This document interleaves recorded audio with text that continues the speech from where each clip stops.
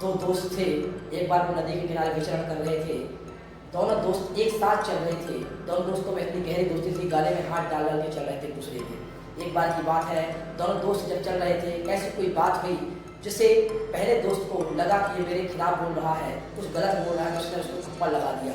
और नदी के किनारे रेत थी, तो जो दूसरे दोस्त को थप्पड़ लगा था, उसने जो पहला दोस्त था वो आगे जाने लगा, लेकिन दूसरा दोस्त धीरे धीरे चलना शुरू किया और उसको थोड़ा सा बुरा लगा। तो उसने उस रेतील पे लिखा, रेत पर लिखा कि आज मेरे सबसे अच्छे दोस्त ने मुझे थप्पड़ मारा है। मेरी कोई बात ऐसी उसे बुरी लगी तो उसे थप्पड़ मारा, उसने उस रेत पर लिख दिया।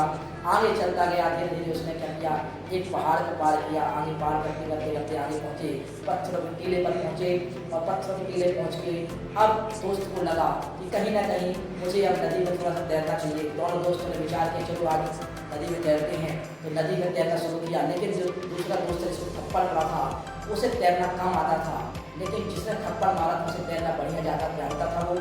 लेकिन जो दोस्त थप्पड़ खाया था वो अचानक एक समय ऐसा है कि वो डूबने लगा।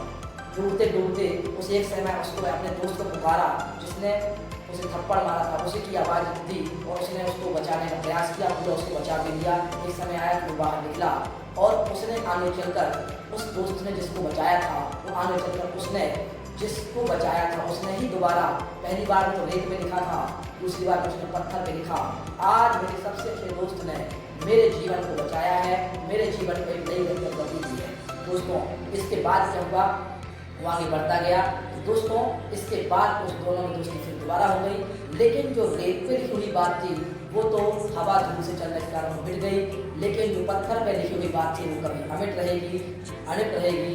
इसलिए कहते हैं दोस्तों की दोस्ती ऐसी करो, वही दोस्त अच्छा होता है जो सुख और दुख दोनों में साथ दे। ये छोटी सी स्टोरी, मोटिवेशनल स्टोरी आपको अच्छी लगी, मेरे चैनल को सब्सक्राइब करें, लाइक करें।